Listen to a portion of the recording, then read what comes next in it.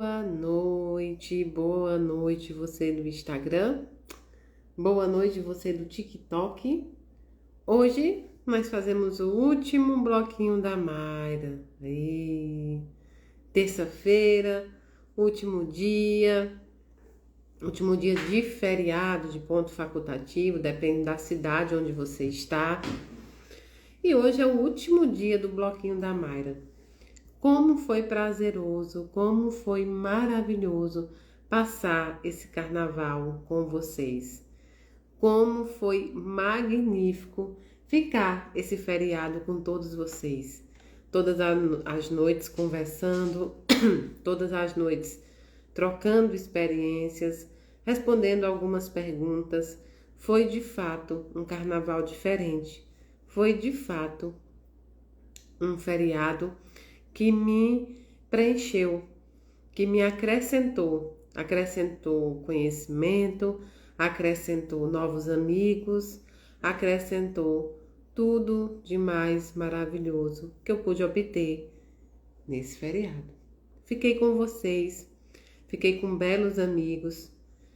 E vixe, Edu tá fazendo live e ele disse que não ia fazer live hoje porque ele estava viajando. Por isso que eu acabei abrindo no horário do Edu, meu Deus. Ele tinha dito que estava viajando com a família e hoje não faria o barquinho. Que pena, que pena. Eu geralmente não faço live no mesmo horário que Eduardo. Que pena mesmo. Mas olha, hoje, no último dia, eu não poderia deixar de agradecer a vocês e a vocês que estiveram comigo todo esse feriado. Que feriado maravilhoso que foi, né? Que feriado diferente. Que feriado que foi de preenchimento. Foi de muito preenchimento. Foi de transbordar conhecimento. Por quê? Nós lemos os nossos livros, nós conversamos e nós passamos um feriado em paz. Nós passamos um feriado tentando acalmar os nossos corações, tentando fazer nossos estudos, tentando seguir com a nossa paz. Então foi maravilhoso, maravilhoso mesmo. Foi um carnaval sem tamanho, por assim dizer. Talvez um dos melhores carnavais que eu já passei. Eu sempre passo em casa, ou eu passo com amigos em algum lugar de natureza. E esse ano, como eu estava muito cansada, eu resolvi ficar em casa, enchi a casa de crianças e tudo correu tão bem que nem as crianças nos atrapalharam. E hoje eu me peguei vendo o último dia do bloquinho. Eu me peguei triste por não ter mais um bloquinho. Mas logo tem despertar. Voltam-se as atividades normais da Casa da Caridade. 24 de fevereiro tem psicografia. Tem muita coisa boa aí pela frente na Casa da Caridade. Muita coisa boa. Vai ter o primeiro ritual de cura e libertação desse ano. Vai ter Flammarion com o curso O que é o Espiritismo, que vocês vão poder assistir tudo pelo YouTube. Vai ter muita coisa boa na Casa da Caridade. E a gente vai seguir juntinho, não é? Vai seguir juntinho. Quem sabe pro próximo carnaval a gente já não vai estar no nosso retiro. A gente já não vai estar fazendo o retiro da Casa da Caridade. A gente já não vai estar agregando mais conhecimento e passando o carnaval juntinho na nova sede, para que a gente possa assistir palestra, fazer os trabalhos, participar dos tratamentos, ler, ser um dia e noite maravilhosos, tá bom? Pois então, pensando nisso, pensando que hoje é o último dia do bloquinho e amanhã é a chamada quarta-feira de cinzas para os nossos irmãos católicos, eu fiquei estudando e pensando, qual o significado da quarta-feira de cinzas para eles, não é? Para eles que têm todos esses rituais e respeito por determinadas datas. Você já parou para pensar o que significa a quarta-feira de cinzas? tem dois significados, né? Tem um significado de que acabou a parte da folia, acabou a parte em que as pessoas, de uma certa forma, foram se divertir, foram pensar mais nos prazeres terrenos do que propriamente no espírito. Isso na visão dos nossos irmãos católicos, né? E a segunda interpretação, a qual eu gosto muito, é quando o padre vai passar a cruz aqui, ó, a cinza na sua testa. Ele coloca uma cruzinha de cinza na sua testa e ele diz assim: do pó viemos, ao pó voltaremos. Que é o significado da brevidade da vida material. Isso é que o padre coloca ali. Quando ele vai dizer essa frase para você, ele está tentando te mostrar o quanto a vida é breve. A vida é material. Nesta encarnação é muito breve. Muito breve.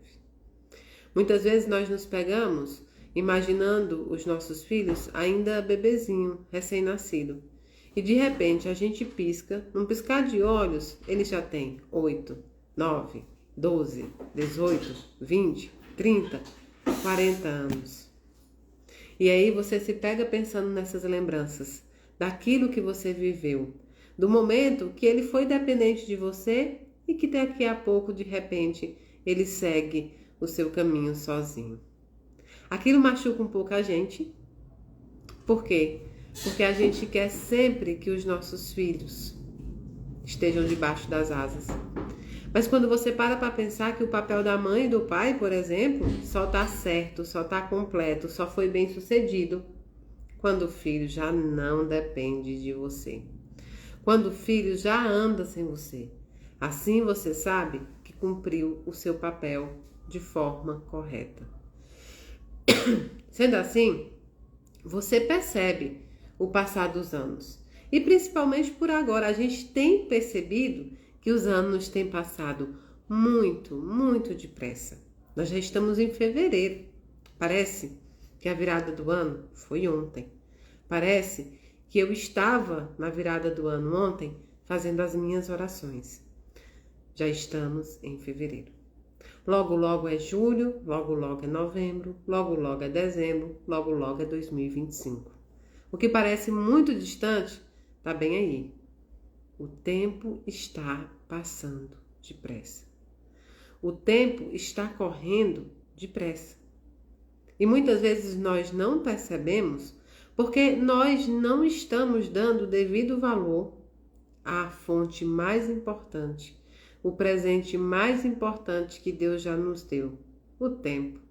E o pior é que é uma fonte esgotável. Ele acaba. E ele não se renova, pelo menos nesta encarnação. A renovação do tempo é para uma próxima encarnação. Como estamos vivendo a nossa encarnação nesse momento? Será que a gente está vivendo corretamente? Será que nós estamos exercendo o nosso papel de pai, de mãe, de filha, de amiga, de empregado? Será que as funções na nossa vida estão bem definidas? Será que nós estamos aprendendo a dar valor ao que tem valor e dar preço ao que tem preço? Dai a César o que é de César e dai a Deus o que é de Deus. Será que nós estamos gratos pelos momentos que nós passamos, independentemente se são momentos considerados bons ou ruins? Porque ainda que você passe um momento ruim aqui nesse plano terrestre, você está passando porque ainda está nesta encarnação, porque você ainda está com vida. Muitos irmãos lutam nesse momento para não desencarnar. E aí a gente não vai entrar no detalhe que não é a ver com querer, é com o momento correto, sim. Mas Deus também dá o direito de lutar pela vida. Em muitos casos, o que os nossos outros irmãos de outras religiões chamam de milagre, nós chamamos de moratória. Muitas vezes, Deus, percebendo o seu valor para este plano, percebendo a sua garra, sua qualidade de personalidade, tendenciosa a mudar, a se reformar, ele pode sim te dar uma moratória. A moratória de viver mais do que estava determinada a primeiro momento. Então, eu me peguei vendo um vídeo em que eu acho que é o Carpinejar, o nome dele, que é um psicólogo que tem no Instagram e ele é muito bom mesmo. E eu vi um vídeo dele hoje num podcast, conversando com o apresentador e falando que ele conheceu uma história muito triste de uma menina, né, de uma mãe que desencarnou muito cedo e deixou... Não, a mãe que desencarnou não, perdão. A mãe que perdeu um filho recém-nascido, um filho pequenininho, e tinha uma outra filha. E a outra filha viu o irmão sendo velado, né, ali numa mesa e com uma vela em cada um dos seus pés. E ele disse que ficou tão sentido com aquilo ali. E aí ele chega na menininha e ele diz assim que começou a falar, seu irmão, né? Seu irmão que morreu. E ela disse, eu amava muito meu irmão, mas agora sobra mais leite. E aí ele disse que ficou assim, surpreso e disse, olha, tá vendo? Eu vi o sofrimento pela minha ótica e a menina tinha uma outra ótica de ver. Então ele disse uma frase que vai me marcar sempre. Só sofre quem pode. Essa frase foi uma das frases mais verdadeiras que eu já ouvi. Só sofre quem pode. Porque tem pessoas que não têm nem condições de sofrer. Tem pessoas que não têm nem o direito ao sofrimento. Porque elas não podem parar para sofrer. Porque as coisas já estão tão difíceis que tudo que acontece é muito pequeno. Essa menininha, ela não estava sem sentimentos. Sim, estava com saudade do irmão. Mas ela passou a ter mais comida, a poder comer melhor. Então, quando você se pegar sofrendo, quando você se pegar com muitos sofrimentos que muitas vezes nem existem ainda, nós temos uma tendência para alimentar problemas que não existem ainda neste plano, apenas aqui. Eles existem aqui. Lembre-se que só sofre quem pode. Se você está podendo sofrer, você já está numa condição muito melhor do que muitos, porque você tem o direito de sofrer. E isso me pegou muito pensativa o quanto nós deixamos muitas vezes algo que ainda nem existe, fazer cria e criar dentro de casa e dentro do nosso templo e dentro da casa mental um problema irresolvível no nosso pensamento. Não temos tempo a desperdiçar. Essa fonte é esgotável e é muito cara. Vejam quantos estudos falam sobre como o cérebro vai ficando depois de cada período de depressão, depois de cada período de tristeza. O quanto nós usamos componentes cerebrais importantíssimos em problemas pequenininhos que a gente torna grande. E aí, quando vem um grande problema, nós já não temos essas substâncias para poder usá-las. Estamos ali agora precisando de remédios, de fármacos, precisando de um esforço sobrenatural para poder seguir. Então, toda vez que eu me pegar sofrendo agora, eu fazia um exercício contrário, eu fazia um exercício diferente. Sempre que eu estava em sofrimento, eu procurava ver as famílias da Casa da Caridade. Eu procurava entender que existem sofrimentos muito maiores do que o meu.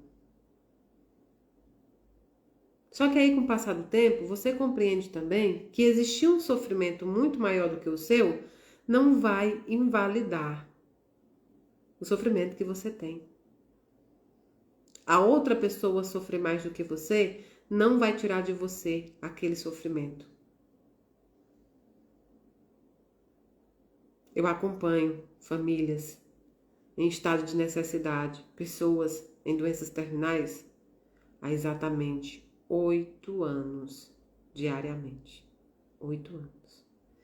E me peguei várias vezes choramingando por probleminhas pequenininhos, tornando eles grandes. Ou seja, eu estava com tempo. Eu estava predisposta a sofrer. E eu estava podendo sofrer. Quando eu podia escolher entre ignorar esse problema, que ainda nem existia de fato no plano real, eu escolhia sofrer. Mayra, ninguém escolhe sofrer. Ah, escolhe sim. Tem pessoas que têm tendência a querer sofrer. A pessoa acorda, está bem, está com saúde, família com saúde, uma profissão que tem acesso a muitas coisas básicas que vários outros seres humanos não têm, como saúde, como educação, lazer. Mas ela está procurando aquele ponto focal de sofrimento do dia. Isso não é invalidar sofrimento. Sofrimento é uma coisa. Ter tendência a escolher um sofrimento todo dia para poder seguir é que tem que ser trabalhado. Sabe quando tudo tá bem na sua vida, aí você fala, tem uma coisa errada, tá dando tudo certo para mim. Vem uma coisa aí para mim e já começa a criar uma preocupação que não tem. Ou então tá num emprego que lutou muitos anos para ter esse emprego, para conseguir estar lá e de repente, seja lá por qual motivo, começa a criar pequenas contendas. Às vezes nem é com as pessoas, mas é com você mesmo. Eita, mas aí também, aí o horário é muito, e aí não, e aí eu não consigo fazer mais nada, e enfim. Começa a criar o probleminha que vai te fazer ter o problemão. Porque quando você perde um emprego, vira-se um problemão. O ciclo vicioso começa de novo. Aí você está desempregado, procurando outro emprego, lutando por outra coisa. Então vamos desapegar. Se a gente tem que desapegar dos bens materiais, a gente tem que desapegar dos lixos tóxicos que a gente traz durante a vida. A gente tem que desapegar das coisas ruins que tendem a impregnar o nosso perispírito. A gente tem que saber seguir tendo a tendência a ser feliz. Nós vivemos num mundo de expiação e isso é corretíssimo. Estamos num mundo de expiação, mas com obrigatoriedade divina para ser felizes. E ser feliz é respeitar os desígnios divinos. Se você hoje está num dia difícil, se você hoje está num dia em que você se entregou às lamentações, entregou aos problemas, os grandes, os pequenos, porque aí só quem vai saber é você, e você precisa ser honesto com você. Será que isso realmente é um problema? Tem solução? Vou resolver. Não tem solução? Está entregue. A entrega a Deus. A entrega a Deus. A Bíblia sempre fala, né, em vários pontos, entrega-te a Deus e descansa. Quando você entrega os seus problemas a Deus, quando você entrega os seus problemas à espiritualidade, você tem que descansar. Senão, não entregou. Aquilo o qual nós não arrumamos, não arranjamos o remédio, não podemos resolver. Só quem pode fazer isso agora é algo maior do que você. Está fora das suas mãos. E assim como diz os estoicos, aquilo que nós não podemos controlar não pode fazer parte das nossas preocupações. Deus sabe de todas as coisas. Te deu o livre-arbítrio, te acompanha nesse livre-arbítrio, mas requer de você uma pitada de gratidão. Como é que você pode ter uma pitada de gratidão? Olhando para o Criador, olhando com seu espírito para a espiritualidade e dizendo: hoje eu escolho não sofrer. Ou pelo menos hoje eu não escolho aumentar o meu sofrimento. Se você está escolhendo aumentar o seu sofrimento, se você está procurando um problema quando tudo está bem, você tem a tendência a sofrer. Sua vida caminha no sofrimento. Aquela pessoa que tem sofrimento nato. Eu preciso sofrer para caminhar. E aí você pode pensar em casa, quando você estiver nos seus estudos: bom, Mayra, mas se o meu sofrimento me leva para frente, então é um reforço positivo. Então é bom, é mais ou menos aquilo ali. Se alguém te chamar de burro, como diz o livro, aqui que a gente já leu, aí você vai estudar muito para provar para aquela pessoa que você não é. Só que cada vez mais esse reforço que você chama de positivo vai precisar ser aumentado. Você vai precisar ser mais chacoalhado, balançado, ser mais machucado, magoado, para aumentar essa busca. Até chegar num ponto em que você não aguenta mais. Não aguenta mais.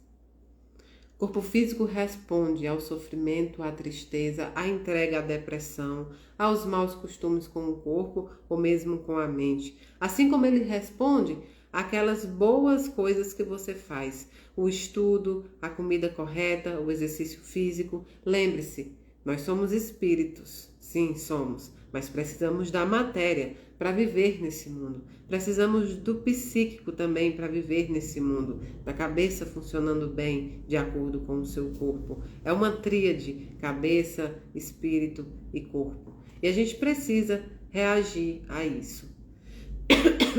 Eu sei que o que vocês esperam sempre de alguém que está aqui do outro lado da tela, ou de qualquer componente religioso, ou de qualquer pessoa que trabalha com consolo, que trabalha com mostrar um novo caminho, enfim, nas religiões, na doutrina. Eu sei que vocês esperam sempre que a pessoa que está aqui do outro lado diga para você: sim, você tem razão, você realmente tem um grande sofrimento. Você realmente está muito sofrida. Eu não sei como você aguenta. Muita gente fala isso para você. Você é muito forte, eu não sei como você aguenta, eu não aguentaria. E aquilo ali vai tornando você cada vez mais vítima desse problema. Vai tornando você cada vez mais prisioneira desse problema. Vai tornando você prisioneira das suas próprias palavras e sensações.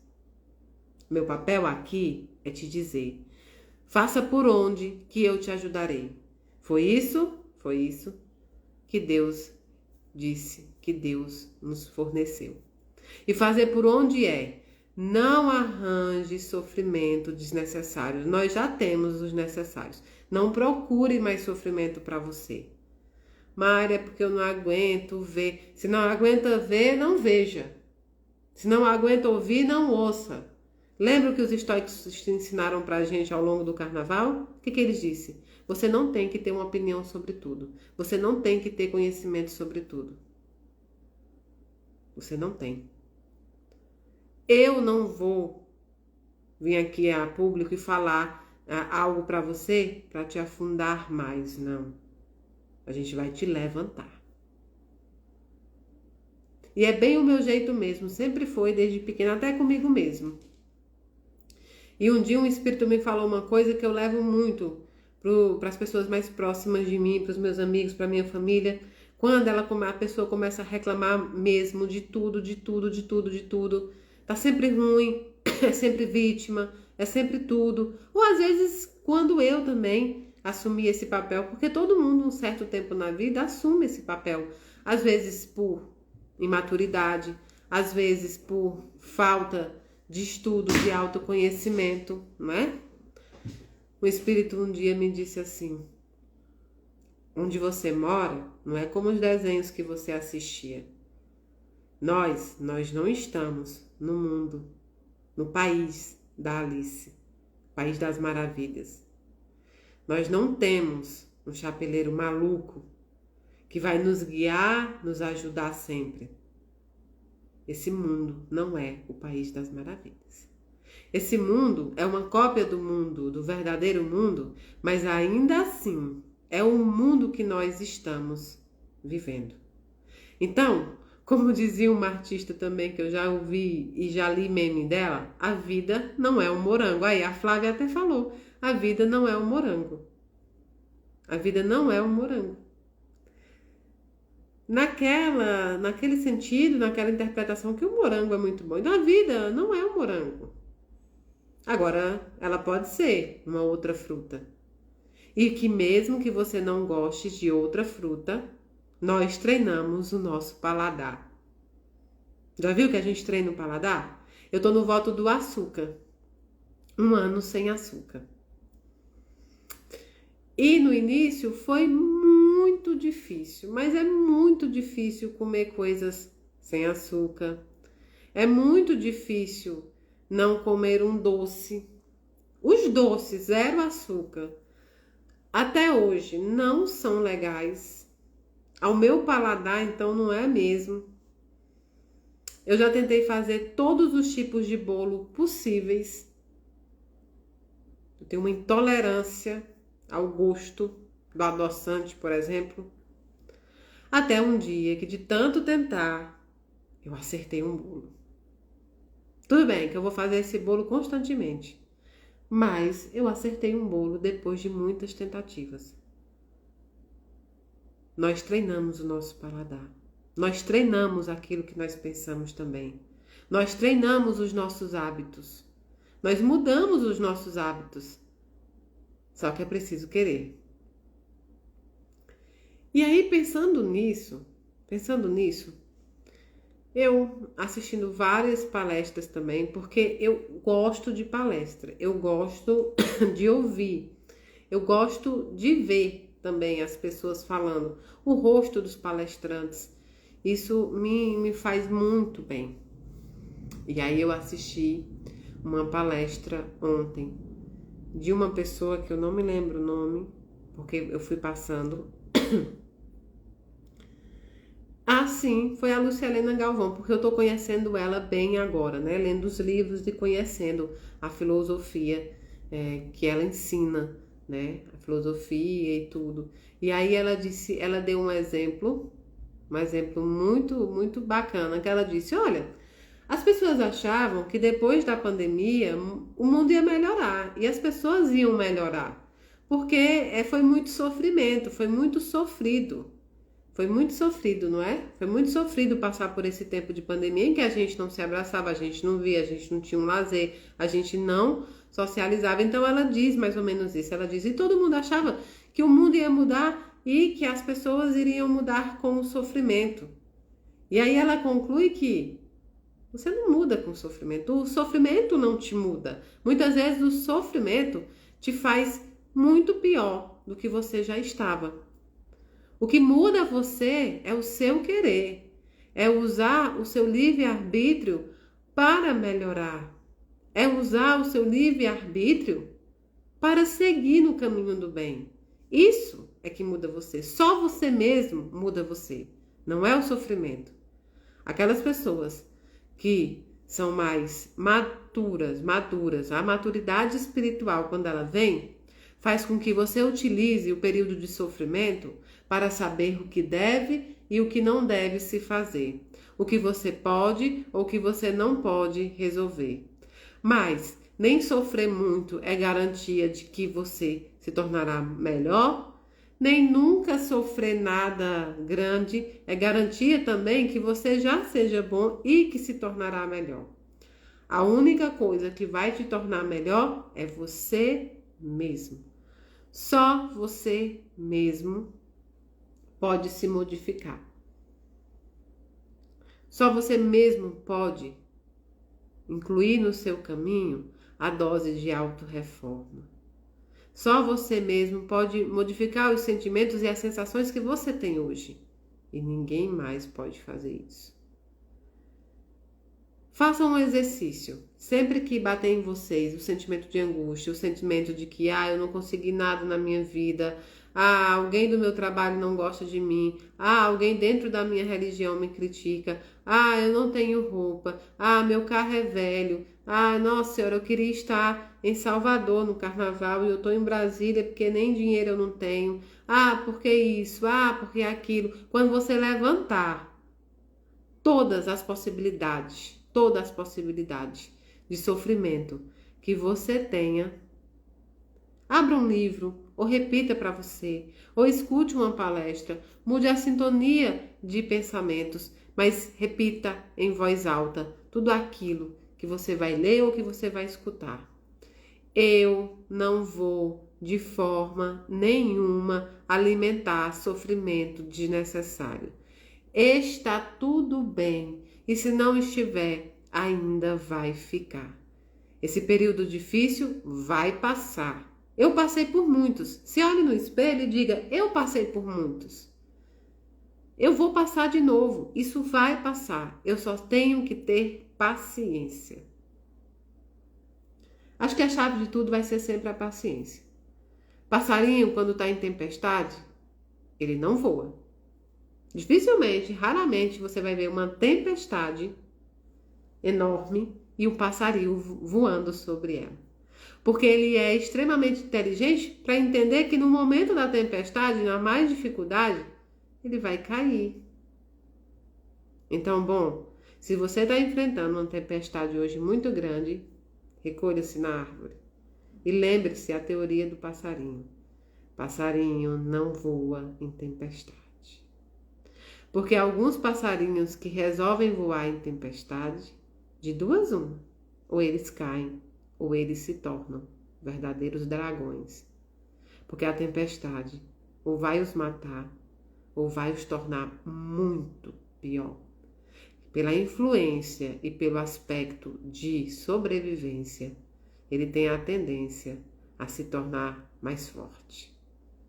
E ser mais forte, às vezes, não é ser melhor. Ser mais forte, às vezes, é se tornar duro, é se tornar frio, é se tornar desnecessário. E não é isso que nós queremos. Nós queremos ser fênix. Nós queremos ser fênix. Ou passarinho, seja ele qual for. Pode ser qualquer passarinho que você imaginar. Bico, como é que chama aquele bico? Eu nem sei o nome dos passarinhos. Mas aquele mais normal, o pardal. Você pode ser até um pardal. Se você tiver a inteligência do pardal de esperar a tempestade passar para que você voe, você deu um grande passo. Mas a partir de hoje, não alimente sofrimento. Não dê a ele motivos para que ele cresça acima de você. Por quê? Por que você faria isso? Por que você cresceria algo que você já vai ter que passar? Nada disso. Passaremos todos os obstáculos, muitos obstáculos, mas passaremos sabendo que nós seremos inteligentes espiritualmente e seremos ainda mais inteligentes ao entregar os nossos problemas àqueles que realmente podem resolver, a espiritualidade e Deus. O sofrimento está nas suas mãos e a felicidade também está em suas mãos, sem ser aquela felicidade fantasiosa que nós criamos. Às vezes a gente passa a vida inteira acreditando que não é feliz, porque a única crença de felicidade que nós temos é a felicidade extrema o tempo inteiro. É aquela felicidade universal. Eu acordo feliz, eu durmo feliz, o dia inteiro feliz. Isso é felicidade? Não. Você não é feliz o tempo inteiro. Impossível ser feliz o tempo inteiro. Mas você pode ter pequenas doses de felicidade todos os dias. A busca é por isso. Por pequenas doses de felicidade. Por pequenos momentos de paz todos os dias. E não ser feliz integralmente. Se você coloca objetivos muito maiores do que você está capaz de exercer, isso já vai te fazer infeliz. Isso já vai te fazer infeliz de nascença. Queira pequenas doses de felicidade e um resto do tempo em paz. E você já fez muito.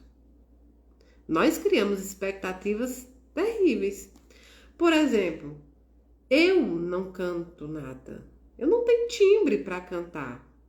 Mas aí eu coloco expectativa em mim de que eu quero ser tenor.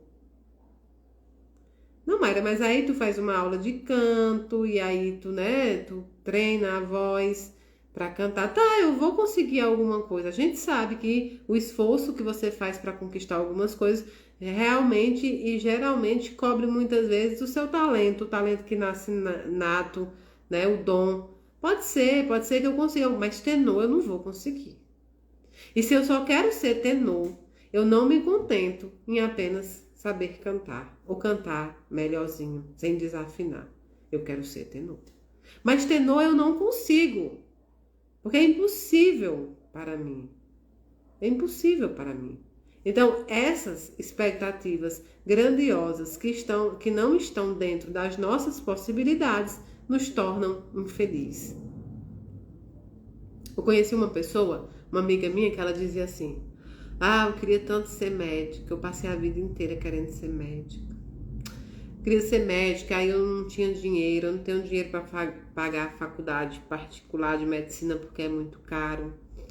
E aí a única coisa que eu posso, pagar nesse momento é o direito. Eu conheci ela na faculdade. Eu tô fazendo direito por isso, meu sonho não é isso. E eu ouvi isso acho que 3 anos seguidos. E um dia eu disse pra ela: só tem 2 coisas agora pra gente conversar sobre isso. Ou você usa o direito e a oportunidade que você está tendo para fazer dele uma escada e subir para o seu próximo passo, para o seu objetivo, para realizar seu sonho. Ou você tem que reavaliar qual foi a sua caminhada até aqui que não te fez chegar na medicina. Desculpa, gente. Que não te fez chegar na medicina. E aí ela disse assim: olha, eu não cheguei na medicina porque eu não tinha dinheiro. Mas muita gente estuda, consegue chegar na faculdade pública de medicina. Mas aí tem que estudar demais. Eu não dou conta de estudar desse tanto. Então, passar pelo processo você não quer. Você quer o resultado. É impossível que você passe no vestibular de medicina se você não estudar. Isso é uma impossibilidade. Sem esse processo, você não pode chegar nesse objetivo. Portanto, torna-se impossível e ineficaz tudo que você usa. E aí, de repente, você consegue entrar numa faculdade de direito, em vez de você aproveitar e ficar feliz porque está na faculdade de direito e olha, vou me aprimorar no direito, vou me aprimorar aqui no que eu posso nesse momento e ser grata por essa oportunidade, você passa a vida inteira reclamando que o direito não era para você. E aí, realmente, você não consegue nada dentro do direito. Porque ou você gosta, mas nem todo mundo ama o que faz. Não, você não precisa amar o que faz. Você precisa ser grato pela oportunidade que tem. Pode ser que hoje você não esteja no emprego dos seus sonhos, mas seja grato por estar empregado e faça a sua luta, faça a sua caminhada, faça o seu processo para estar onde você quer chegar. Mas para isso, você precisa andar. Talvez esse casamento não está aquele casamento que você imaginou, mas comece a dar passos para que ele se torne, porque só reclamar sem ação também não vai ajudar. Porque pelo menos se você perceber que realmente esse não é o casamento, você vai ter tentado a modificação possível para o que era no momento. Alguém me disse, eu queria uma palavra porque eu não me sinto realizada. É o que nós falamos sobre expectativas. Se você cria expectativas maiores do que você busca, porque eu posso criar uma alta expectativa. Eu posso querer ser médica, não posso? Vou dar esse exemplo que a gente falou. Eu posso querer ser médica? Posso. Mas eu preciso lutar e seguir para conseguir. Eu preciso ter o processo primeiro. Eu preciso ter o processo primeiro. Então, nós precisamos ser gratos aos momentos que nós temos e às oportunidades que nós temos. Porque tem outras pessoas que não têm essa oportunidade. Tem outras pessoas que os sonhos são interrompidos por N motivos. Exemplo, eu posso querer fazer medicina e de repente descobrir uma doença. Inclusive, eu posso já estar dentro da faculdade de medicina e posso descobrir uma doença que de repente vai encerrar com os meus sonhos. Como foi o exemplo do Dr. Giovanni, o Gi, que eu falo para vocês. O Gi fez primeiro fisioterapia, porque não tinha condições ainda de fazer medicina. Fez fisioterapia, trabalhou como fisioterapeuta por um tempo para poder juntar dinheiro, para poder tentar fazer uma faculdade de medicina. Fez um processo grande com toda a ajuda da família e entrou na faculdade de medicina. Um belo dia, ele estava tomando banho, passou mal e desencarnou. Não pôde terminar e cumprir aquele sonho aqui no plano terrestre, em que pese ele tenha cumprido e hoje trabalhe na medicina, no mundo espiritual, aqui em prol da Terra, e que tenha conhecido a verdadeira medicina, e que hoje tenha, mas o seu sonho terrestre tinha ficado aqui. Então, que tenhamos. E aí o bom é que ele sempre disse que foi muito grato e foi muito feliz também dentro da fisioterapia, porque conheceu pessoas, conseguiu dinheiro, conseguiu estar dentro, né, de hospitais, conseguiu conhecer o trâmite da coisa e fez ele mais forte e fez ele mais preparado, né, para seguir para o seu próximo sonho. Ou seja, ele não pulou nenhum período. Ele lutou por aquilo que ele quis. Então, só crie uma expectativa que você esteja alimentando. Ah, eu quero passar em determinado concurso. Está estudando? Você está estudando? Não, não estou porque eu não tenho tempo. Mas um monte de gente arranja um tempo para estudar. Muita gente também trabalha e é mãe e é pai e estuda.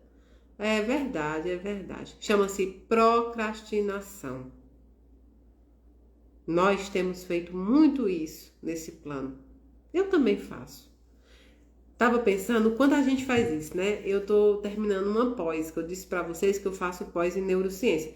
Minha vida realmente é uma coisa doida. Eu tô na faculdade de psicologia, eu fiz um curso de psicanálise, eu faço faculdade de teologia e eu tô encerrando uma pós-graduação em neurociências e comportamento. Eu tinha que fazer umas provas e fui adiando. E aí ontem me pego sentada, tendo que fazer 3 provas. 3 provas que eu poderia ter feito ao longo do mês. Eu fui fazer ontem sob a pressão. Ah, mas é porque sua vida é muito corrida. Sim, mas eu afinquei esse objetivo. Eu quis ter essa pós. Eu quis lutar por isso. Então, que eu faça a minha parte dentro do processo, que eu saiba reconhecer, então, quando eu não sou capaz e não me coloque objetivos que eu não possa. Então, sempre que você disser, não sou realizada, o que é que falta para você se realizar? O que é que você queria para ser realizada? Estabeleça primeiro qual é esse tipo de realização. E aí, depois, estabeleça qual é o processo que é preciso chegar para cumprir o objetivo e chegar lá e dizer, pronto, agora eu estou realizada. Agora, cuidado, porque muita gente nunca se realiza, porque está sempre criando mais e mais expectativas, cada vez mais longe do seu poder de trabalho, cada vez mais distante daquilo que você quer oferecer. Assim como a Mayra, não deixe para fazer as coisas de última hora. Não deixe. Por quê? Porque depois você fica pensando, por que eu me submeti a isso? Eu disse que eu queria fazer essa pós, eu entrei, eu preciso estabelecer o processo também. Então hoje eu amanheci com essas palestras e pensando muito sobre isso, sobre o quanto a gente precisa não alimentar sofrimento. Vai achar muita gente para dizer, coitada de você, tadinha de você, eu sei que você está sofrendo, nossa, eu não queria estar na sua pele. Essa frase é bem forte. Eu não queria estar na sua pele. E aí, quando você se coloca nessa página de vitimismo, aí você desce, aí você cai, aí você vai a fundo no poço e essa outra pessoa segue a vida no processo dela. Portanto, o meu papel aqui é dizer: lute. Lute porque você quer um objetivo, você tem um objetivo, você busca algo, mas ame o processo também. Ah, ninguém ama trabalhar, Mari. Tem gente que diz isso, né? Eu nunca vi alguém amar a necessidade. Claro que você tem que amar o seu trabalho que você tá. Porque difícil é amar a necessidade. Difícil é amar a falta de dinheiro. Difícil é amar a falta de comida. Difícil é amar a falta de oportunidade, a falta de estudo. Então, tem sim que amar seu trabalho. Tem sim que amar sua família. Naquilo que não te violentem. Nós estamos falando como numa relação normal e comum. O que tem violência é distância amorosa. Nós aqui estamos tratando de uma relação comum, com seus altos e baixos, certo? Então pensem nisso. Pensem no que vocês querem alimentar. Quer alimentar o crescimento de algo bom ou quer ficar alimentando sofrimento? Porque você vai passar a vida reclamando e as pessoas vão começar a chamar você de reclamão e nada vai resolver. Nada. Reclamar nunca resolveu nada. O que resolve é lutar. O que resolve é seguir. O que resolve é não se colocar na posição de vítima, mas se colocar na posição de motorista do seu próprio carro, que é sua vida. Eu dirijo a minha vida. Claro, primeiramente Deus, foi Ele que me deu, a criação é dele. Mas Ele me deu o livre-arbítrio e Ele me deu uma carteira de motorista da minha própria vida. Eu dirijo o meu caminhão, o meu carro, para o destino que eu quiser. Está no meu livre-arbítrio. É isso que nós precisamos pensar. E hoje, no nosso livro Diário Estoico, nós vamos ler a lição: pense antes de agir. Ó, gente, Diário Estoico, tá vendo? Diário Estoico é essa lição que a gente está fazendo agora no carnaval, não é? Pense antes de agir. Porque ser sensato é apenas uma coisa: fixar nossa atenção em nossa inteligência, que guia todas as coisas em toda parte. Quem disse isso foi Heráclito, citado em Diógenes Laércio, Vida e Doutrinas de Filósofos Ilustres. Esse é o livro que ele citou. Por que eu fiz isso? Você provavelmente já fez essa pergunta. Todos nós fazemos. Como pude ser tão estúpido? O que eu estava pensando? Você não estava pensando. Esse é o problema. Dentro da sua cabeça está toda a razão e a inteligência de que você precisa. Tratar de acatá-las e utilizá-las é a parte difícil. Assegurar que sua mente esteja no comando, não suas sensações físicas imediatas, não seus hormônios em polvorosa. Fixe sua atenção em sua inteligência. Deixe-a fazer o trabalho dela. Eles falam aqui em inteligência, são filósofos, mas a gente pode transformar essa fala em uma inteligência espiritual também. É uma inteligência espiritual também. Há inteligência material, mas há inteligência espiritual. Então essa pergunta, por que será que eu fiz isso? Gente, onde é que eu estava na cabeça quando eu fiz isso? Ah, porque eu estava no meu trabalho, alguém fofocou de mim, eu não pensei duas vezes. Já ouviu essa frase? Eu não pensei duas vezes. Já fui atrás da pessoa para tirar satisfação. Aí chega lá, briga, se xinga, o chefe chama as duas pessoas, você passa vergonha, porque já com certa idade, com maturidade, você caiu no jogo daquela outra pessoa. Depois o tempo passa, você percebe que aquilo era pequenininho, você percebe que aquilo não tinha importância na sua vida, você percebe que você não precisava da opinião, nem da conformidade, nem da aceitação dela e nem de ninguém. E aí você pensa assim: mas rapaz, por que é que eu fiz isso? Eu me desgastei com meu chefe, eu me desgastei no trabalho, eu me desgastei comigo mesmo, eu me desgastei com Deus. Eu fui testada no mínimo e não passei em nada. Imagine se eu fosse testada no máximo. Ou então, você está em algum lugar, aí está andando, dirigindo, carro vem e fecha você. Você poderia simplesmente agradecer que nada de mal aconteceu, mesmo que por imperícia, imprudência daquela outra pessoa. Você podia agradecer isso? Não, ó, não aconteceu nada, graças a Deus. Não. Você acelera o seu carro, você vai pegar o carro no outro carro aqui, janela com janela, você vai abrir a janela e vai dar o dedo naquele gesto obsceno que nós temos a tendência a fazer. E aquelas palavras que é a mais bonita, dói em qualquer ouvido. Pronto, lavei a alma.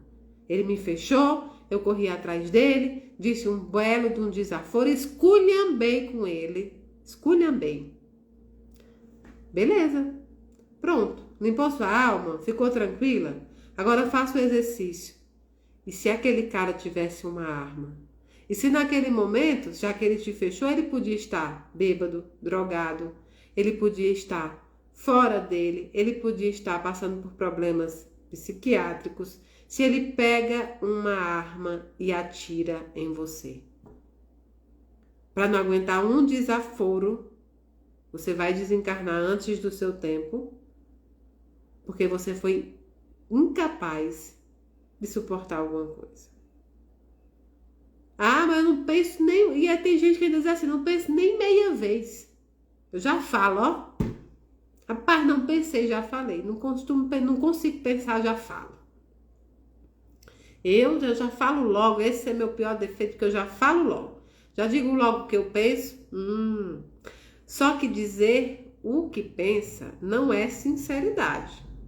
Dizer o que pensa quando a pessoa não quer ouvir a sua opinião, quando ela não te chamou no assunto, quando ela não pediu a sua opinião, é falta de educação. É só isso. Ser sincera é quando ela te chama e diz: eu quero sua opinião sobre determinado assunto. Então, você é sincero. A língua mata muita gente. A arma para matar é a língua. A arma para ferir, para magoar, para colocar as pessoas para baixo é a língua. É uma irresponsabilidade sem tamanho que você haja sem pensar. Esse é um componente essencial que a divindade te deu. Pense antes de agir. Ah, eu tô furiosa, então peraí, entre no banheiro e pense. E aí? Vai valer a pena? O que é que eu vou chegar a conquistar com isso? Ah, se eu for brigar com a mulher da loja que me vendeu uma coisa que não... Ah, vou brigar lá porque eu quero brigar, porque eu sou um consumidor, eu tenho um direito, é isso, é aquilo, não sei o quê. Não, vai mudar o quê? Vai mudar o quê que eu chegando com paciência não podia resolver? Porque se ela não fosse me trocar aquele produto, ela não ia trocar nem com raiva nem sem raiva. E se ela fosse trocar, ela não precisava ir com raiva. Cuidado. Pense bem antes de agir. Cris Rodrigues pergunta: Mayra, por favor, onde você faz neurociência e comportamento? Na PUC do Rio Grande do Sul. Ela é inteiramente online essa pós, tá? Mas ela tem professores maravilhosos. Leandro Carnal, Cortella, né? Tem muitas, tem a Monja, tem muita gente ali. Muita gente ali que dá aula lá, que é facilitador, tá? Que é facilitador. Eu gostei muito, eu pretendo fazer um mestrado nessa área também, e aí eu não sei se lá, porque eu ainda tô terminando, então eu não sei se lá ou se também numa de Minas Gerais. Eu segui muito assim, você sabe que eu sou muito sincera com vocês, né? E para mudar, assim, para estudar nesse campo, para no futuro mudar minha profissão, eu segui muito o currículo do Haroldo Dutra. Então, ele fez neurociências lá também, se você ver o currículo dele Então, eu sempre me posiciono naqueles que eu considero bons, né? E vou ali, coloco o meu objetivo e vou seguindo ali, né? E vou seguindo ali. Deixa eu ver. Tem Rio Grande do Sul.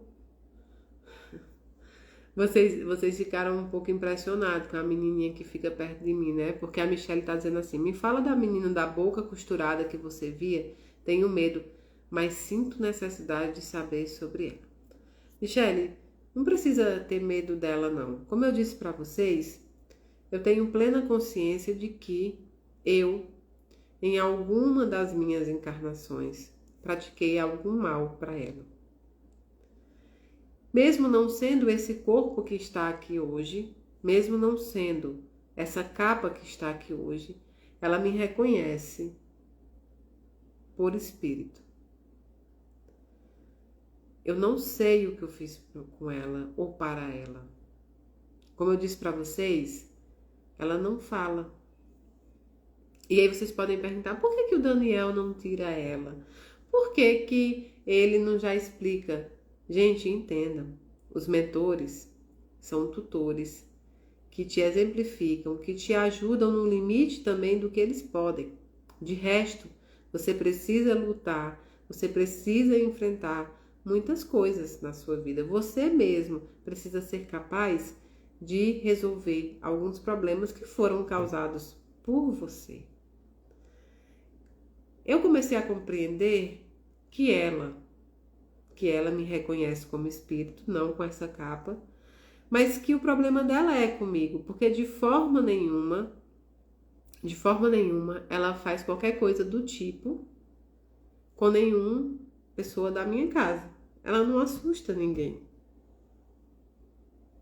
Em que pese às vezes ela conseguir dar uma batida num vidro, num sofá, numa coisa assim, ela não assusta, mas ela quer me mostrar que ela está presente. Ela quer me mostrar que ela está próxima a mim. E eu escolhi deixá-la próxima a mim. Eu preciso mostrar para ela que esta encarnação que eu estou hoje é um espírito melhor do que eu já estava. Assim eu espero. Assim eu espero que eu esteja um espírito melhor. Que eu possa mostrar para ela com amor, né, que eu mudei. Eu posso mostrar para ela com amor que eu realmente não sei o que pratiquei para ela, mas que eu peço perdão. Mas por algum motivo, ela ainda não entendeu como um pedido de perdão verdadeiro. Mas vai chegar o momento. Hoje ela já nem me assusta tanto, né? Hoje ela já não me assusta tanto. Algumas vezes já notei ela mais chorosa, né? Mas sei que é alguém que tem que estar comigo. Se está aqui é porque ainda tem que estar comigo.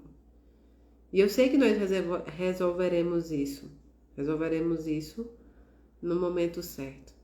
Eu não vou afastá-la de mim. Não vou pedir para que ela saia. Eu não vou. Eu sei que eu fiz algo contra ela e eu preciso resolver. Então por que eu ia querer que o Daniel afastasse ela de mim? De forma nenhuma.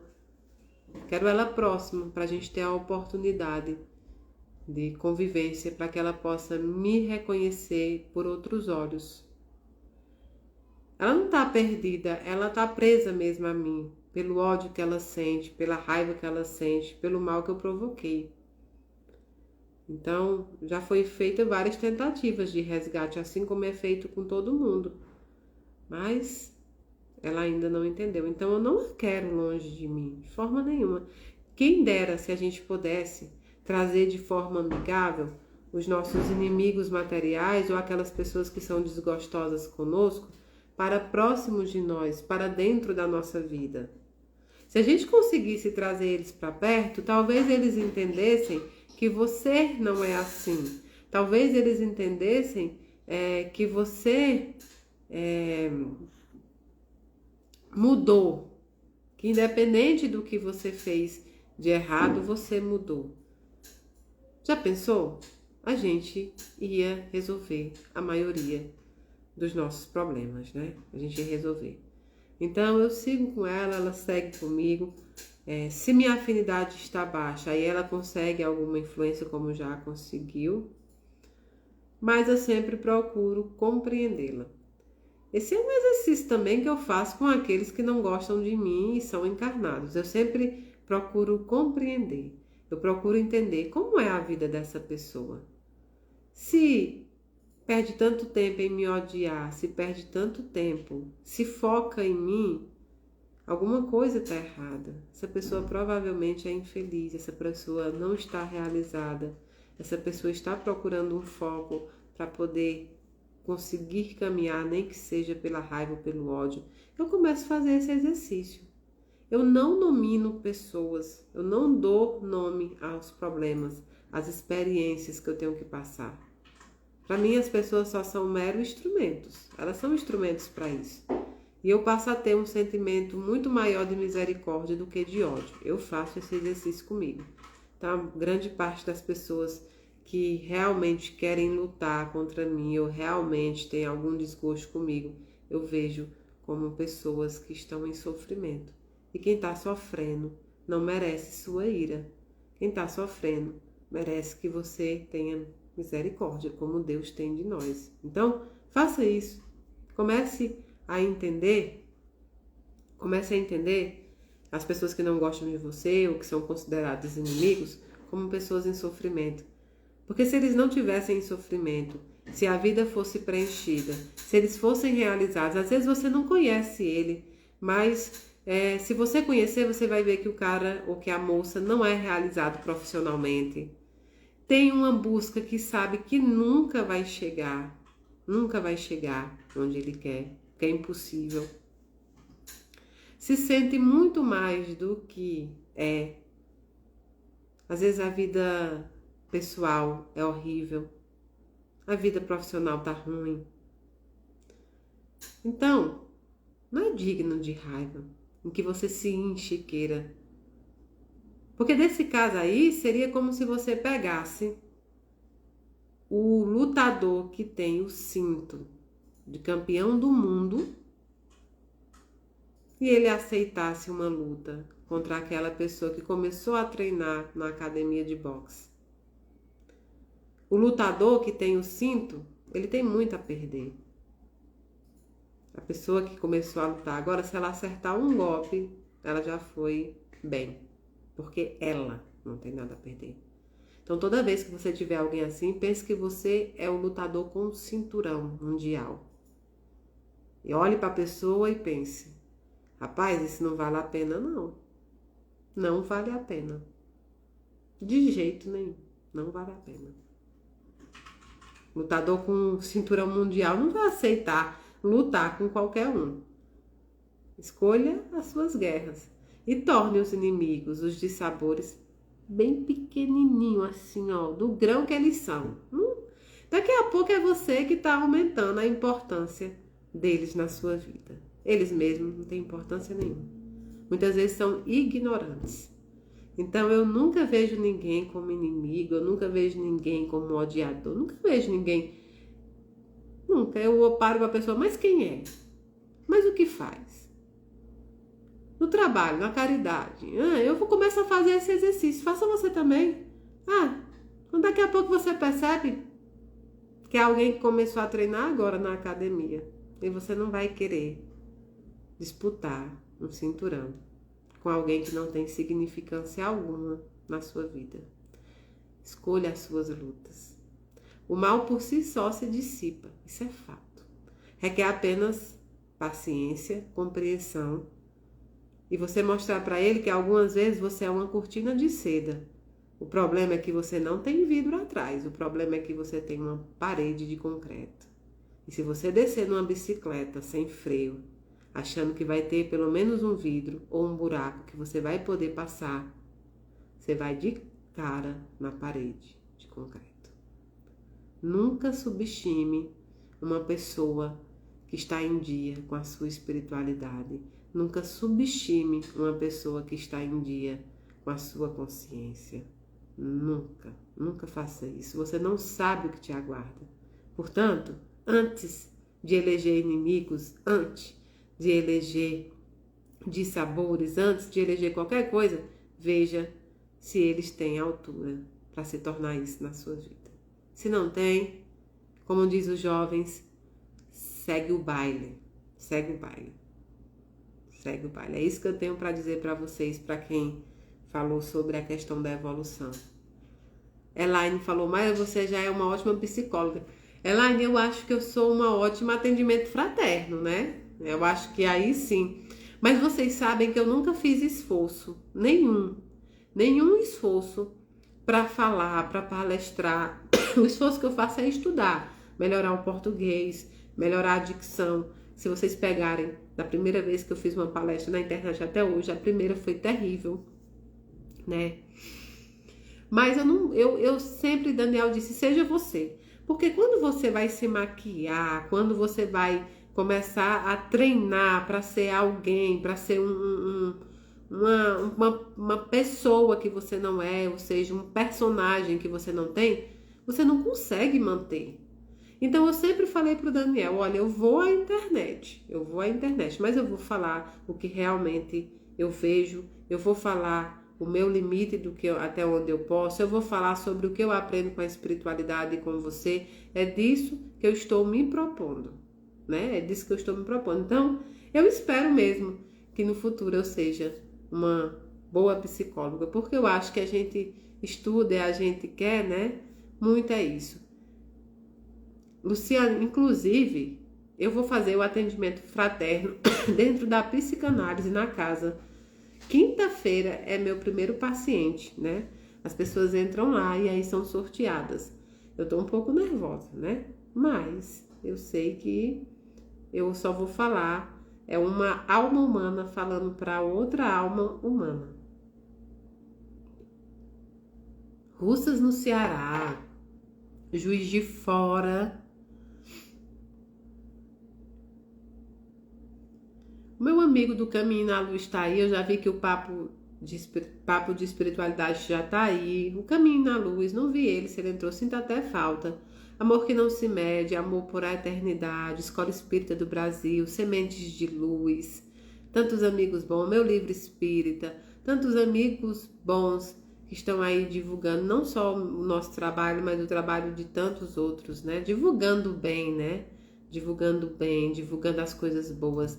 É tão bom quando a internet vira um bom instrumento, né? E eu acho que a gente tem capacidade de tornar tudo um bom instrumento. Olha aí, acabei de falar no Amor que não se mede, entrou.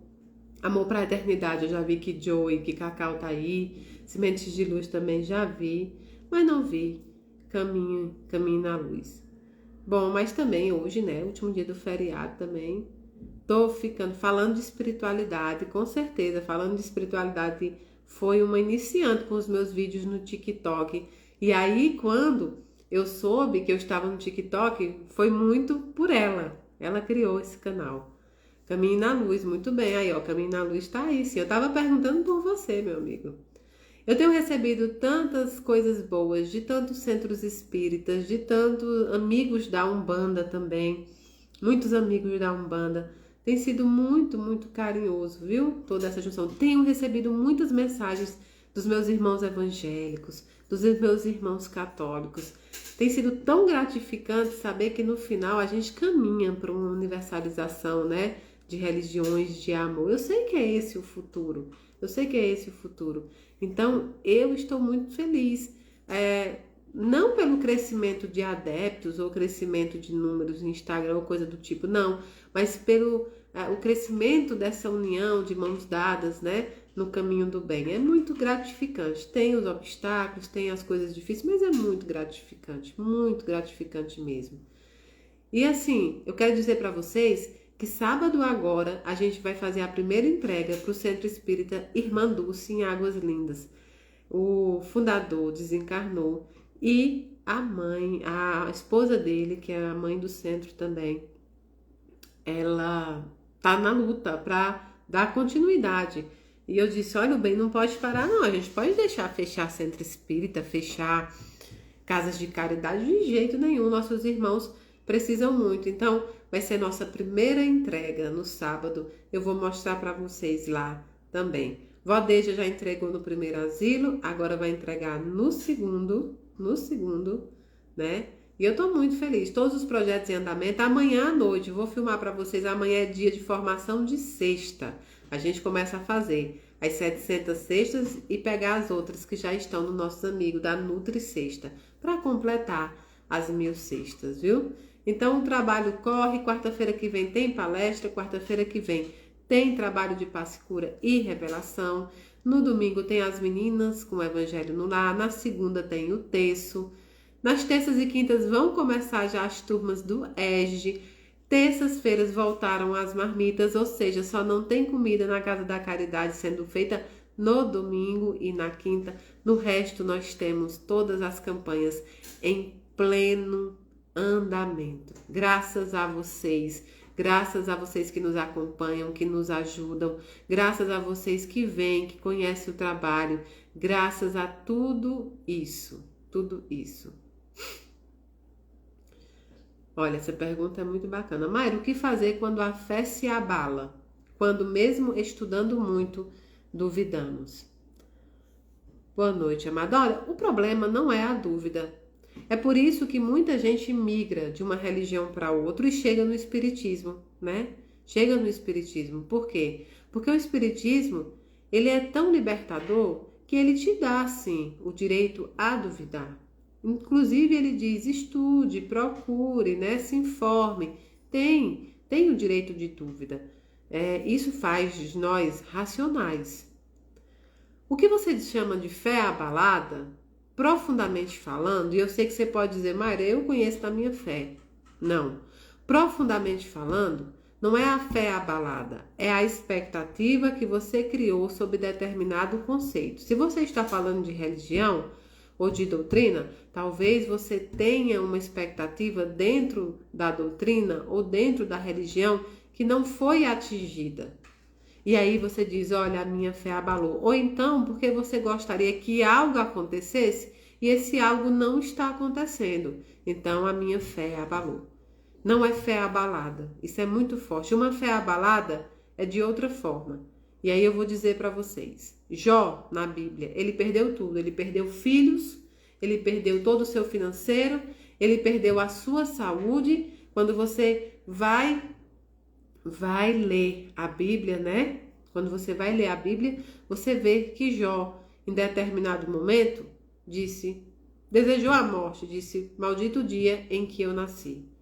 E outros que passaram ali escrevendo, já disseram isso, maldito o dia do meu nascimento, maldito o dia que eu nasci. Por quê?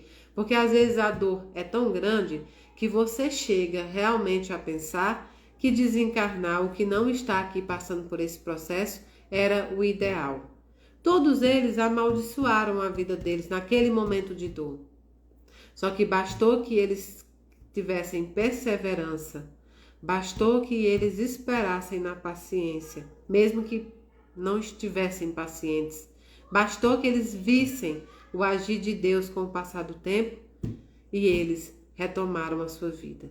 Logicamente, os filhos de Jó não voltaram àqueles que desencarnaram, mas ele começou a entender que eles não pertenciam a ele e que o verdadeiro mundo que eles viviam, sim, é melhor do que esse mundo que nós vivemos, desde que eles tenham evolução e merecimento suficiente e que cabe a nós,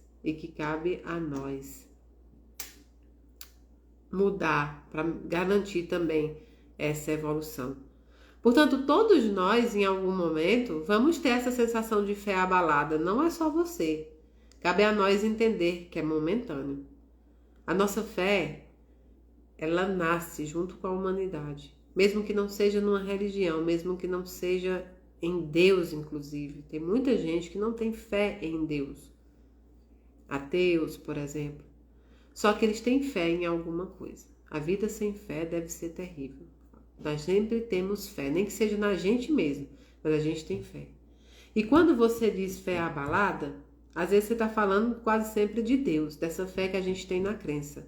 Mas Deus não precisa da sua fé para fazer você chegar onde tem que chegar. Deus é um Deus muito bondoso. Ele não vai te alimentar da sua fé. Ele vai te empurrar a chegar onde você tem que chegar. Renove a sua fé. Ah, Mayra, eu não sei renovar a minha fé. Veja qual é o problema principal e veja qual é a mudança que tem que fazer. Seja prático, pragmático, para tentar fazer isso, porque só você pode fazer. Mas nunca confunda cansaço com a fé abalada. Nunca confunda dor com a fé abalada. Dor é dor, fé abalada é outra coisa. Jeane disse: ouvi de uma pessoa de outra religião que quem nuca o espiritismo fica com problemas psicológicos. Por esse motivo não visitei. Jeane, isso é um padrão comum do preconceito, né? Isso é um padrão comum da visão que as pessoas têm sobre o espiritismo. O espiritismo não tem só fenômenos. Como é que as pessoas nos imaginam? Nos imaginam o tempo inteiro evocando espíritos com reações físicas sobre eles. E não é assim. O lema do espiritismo, da doutrina espírita, é: sem caridade não há salvação. Nós estamos para aprender o nosso livre-arbítrio, nós assistimos palestras, nós oramos, nós fazemos estudos que são voltados para a caridade, para o perdão, para o amor. Nós somos cristãos. Nós buscamos o espiritismo também quando estamos com problemas psicológicos. No meu caso, uma vida inteira sendo fadada e taxada como alguém que tinha vários problemas psicológicos, e só quem me libertou desse estigma foi o espiritismo. Não tenha medo de ir no centro espírita. Você não vai ser recebido na porta, né? Você não vai conseguir visualizar, a não ser que você seja médium, um espírito na porta que vai te receber e vai falar: entre. Chegando lá, vão começar as gritarias e o apagar de luz e quase um filme de terror, como as pessoas costumam dizer. Não. Você não vai ter problemas psicológicos porque conheceu o espiritismo ou qualquer doutrina ou qualquer religião. De jeito nenhum. A única coisa que pode acontecer se você visitar um centro espírita é que você vai se apaixonar por uma doutrina que é libertadora, que respeita o seu livre-arbítrio e que respeita também os seus limites. É uma doutrina que não requer que você modifique o seu caminhar. Ela requer que você modifique o seu espírito.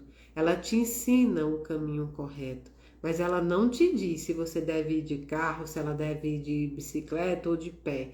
Isso quem vai saber é você.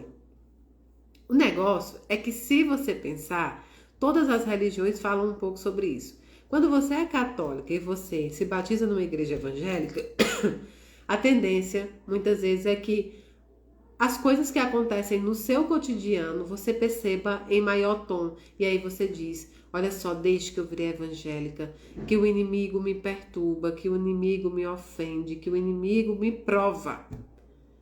A coisa piorou quando eu virei evangélica, porque eu tô sendo provada. Ou então: nossa, só porque eu tô indo direto pra missa, ouvindo o padre, nananã, o inimigo também tem me assustado, o inimigo também tem me apertado. Ou então: desde que eu me tornei espírita, as coisas ruins têm acontecido. Peraí, coisas ruins acontecem todos os dias. E muitas vezes não são dentro do nosso compromisso reencarnatório. São coisas da convivência em sociedade e material do dia a dia. Eu bati o carro. Ah, sabe por que você bateu o carro? Porque você não prestou atenção ou porque outra pessoa não prestou atenção. E porque tem milhões, bilhões de carros no mundo inteiro. E provavelmente na sua cidade tem muitos. Então é normal que uma hora ou outra você esteja dentro da estatística de que tem um pequeno acidente, um totó, como chamam. Ah, mas é porque eu perdi o emprego. É porque você geralmente pode sim ser demitido em algum momento da sua vida. Uma mudança de diretoria, ou porque realmente você já estava fazendo isso de forma errada. Ah, mas aí o meu filho, aconteceu uma coisa com ele. Sim, porque já iria acontecer. Não importa em que religião, em que doutrina você está, sempre irá acontecer problemas cotidianos da sociedade. Ah, mas aí, ó, eu entrei para a doutrina espírita e descobri um câncer. Eu já ouvi isso. Graças a Deus você descobriu, porque agora você pode tratar.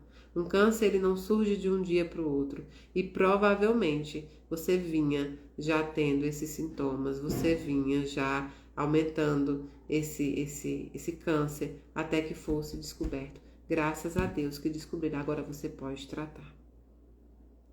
Então, é a nossa visão que é errada, é a nossa visão que nos vela e não nos deixa perceber que quando você entra dentro do espiritismo, por exemplo, você encontra forças para seguir dentro dos problemas.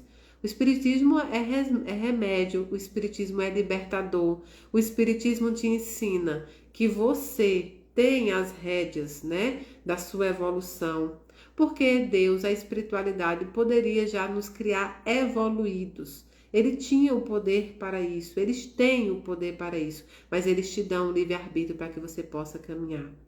Então, não se apegue a isso, porque boa parte dessas frases são preconceitos velados que nós ainda enfrentamos. Não tenha dúvida, nada acontecerá se você conhecer o Espiritismo. A única coisa que pode acontecer é você se apaixonar por essa doutrina e passar a ver o mundo com os olhos espirituais e passar a ver o mundo como uma cópia de um verdadeiro mundo que ainda nos aguarda e passar a ver este mundo como expiação, mas com todo o direito de sermos felizes. Não tenha medo. Apenas veja se é isso mesmo que você quer. Se você está aqui hoje me escutando, é porque você tem pelo menos uma curiosidade ou uma vontade de saber mais, certo?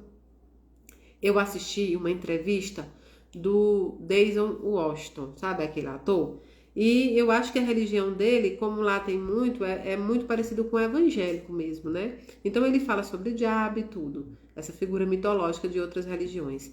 E aí ele disse, olha, se uma pessoa chegar em mim e falar assim, ó, eu tô passando por várias provações, várias coisas ruins na minha vida, eu tô passando por muita coisa, e ele disse assim, bom, se você está passando por muita coisa, é que você não está agradando o diabo. Nas palavras desse ator, ele diz, você não está agradando o diabo e por isso ele está tão furioso com você. Agora, se não acontece nada com você de difícil, é porque você está fazendo as coisas que o diabo gosta e, portanto, é aí que você tem que se preocupar.